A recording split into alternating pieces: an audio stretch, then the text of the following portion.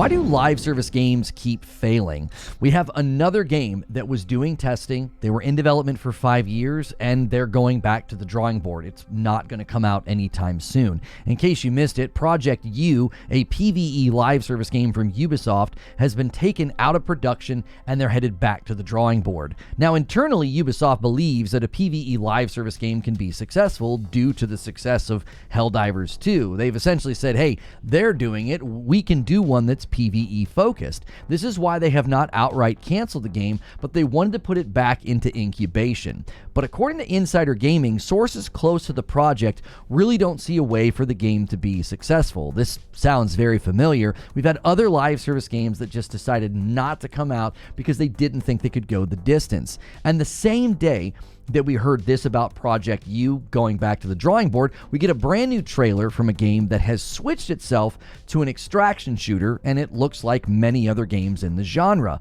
Arc Raiders dropped a brand new 6-minute gameplay trailer, and I'll be honest, it's super disappointing to see where this game ended up. The original trailer had a vibe, it had a feel, the logo, the art style, everything looked very cool, and then when the gameplay hit, there were these huge co-op PvE fights, vast open areas, fluid movement, these larger-than-life world bosses, and now it just looks like another generic third-person shooter with semi-realistic graphics, and it's just an extraction game. I honestly don't see this game doing well because they pivoted away from something unique to doing something I feel like we've seen before. So why do these games keep failing, and why do I think some of them are destined for failure? Why are some of them canceling and going back to the drawing board? Well, there are a lot of reasons, but I think the categories are clear. We have the flops, we have the games that get cold feet, and we have the trend chasers. I want to talk about why they're all headed for the same destination if things don't change.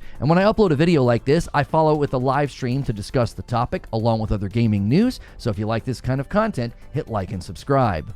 When it comes to live service game flops, the list continues to grow. There's a graveyard of failed Battle Royale games, we have a laundry list of failed PvP games, and even though the list is a little bit shorter, there are PvE live service games that have just failed and have been reduced to atoms. So why did all the Battle Royale games fail? Like, that's a popular genre, isn't it? Well, there's a saying that gold rushes lead to ghost towns, and that's never been more true than when you consider all of the BR games that tried to come out at the same time. Some felt that many of them were just too derivative. They were too similar to other games. Realm Royale was constantly accused of just being a Fortnite clone. The gameplay mechanics were very different. It was not like Fortnite other than the fact that it looked like Fortnite, and that was enough for many people to write it off.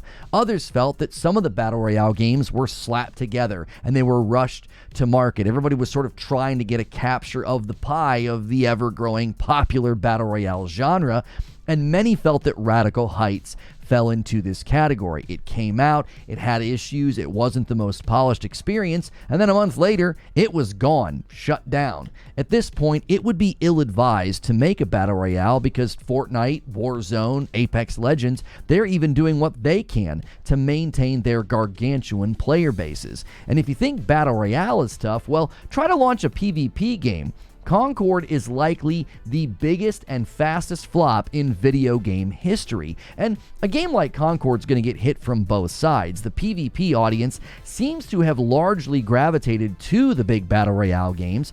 5v5 or 6v6 arena-sized shooters feel a little out of time, almost like they don't have a place anymore. Concord also failed to consider there really wasn't market demand for a hero shooter, and they made a hero shooter with heroes that looked kind of lame. And even in the PvE realm, everybody remembers Anthem, right? To this day, people hope that Anthem makes a comeback. It never really felt like it got a true chance. There was a lack of vision, a lack of planning, and it had a really short development cycle. Even now, the market doesn't have anything like Anthem, and I think somebody should capitalize on that. But if those are the flops, if those are the games that just didn't make it, what about all the live service games that are getting cold feet?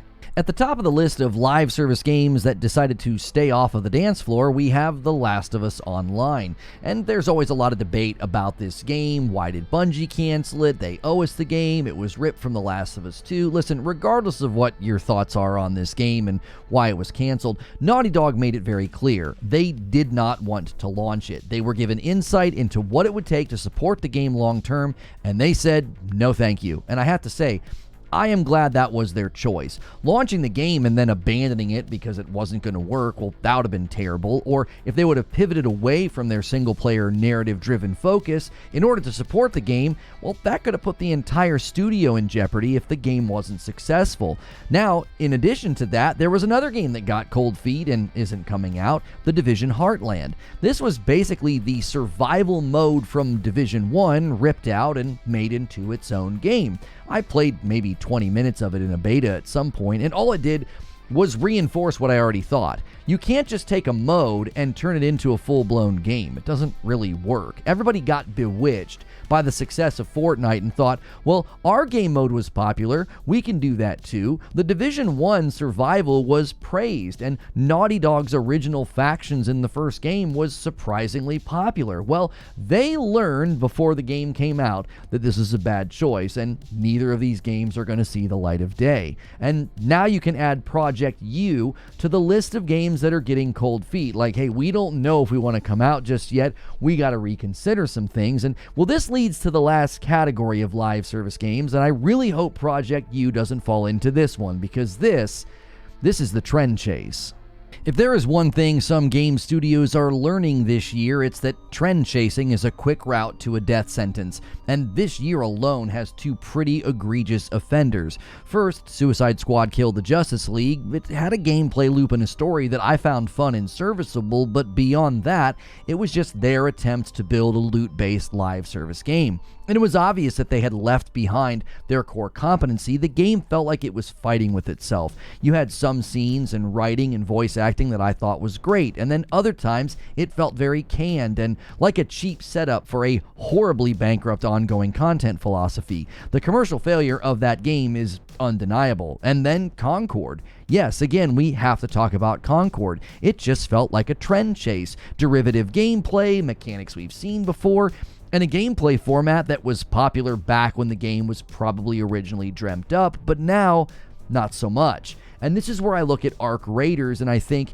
you were so close to greatness and you threw it away. I'm not sure why the extraction shooter genre is suddenly all the rage, but it's going to result in another gold rush ghost town. And honestly, I'm not even sure how much gold any of these devs are going to find with an extraction shooter. The latest marathon video had the game director saying that, well, this really isn't a game for everyone because it's high stakes and it's intense. And I just keep coming back to the same thought. Who wants to play an extraction shooter week after week and month after month in large numbers?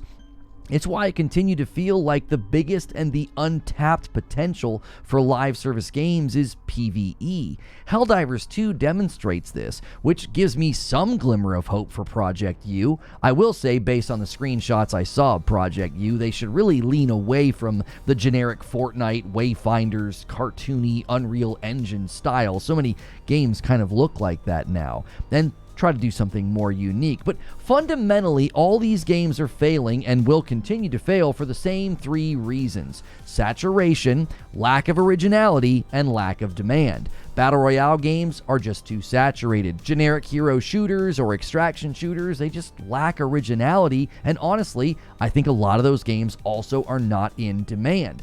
So what's the solution?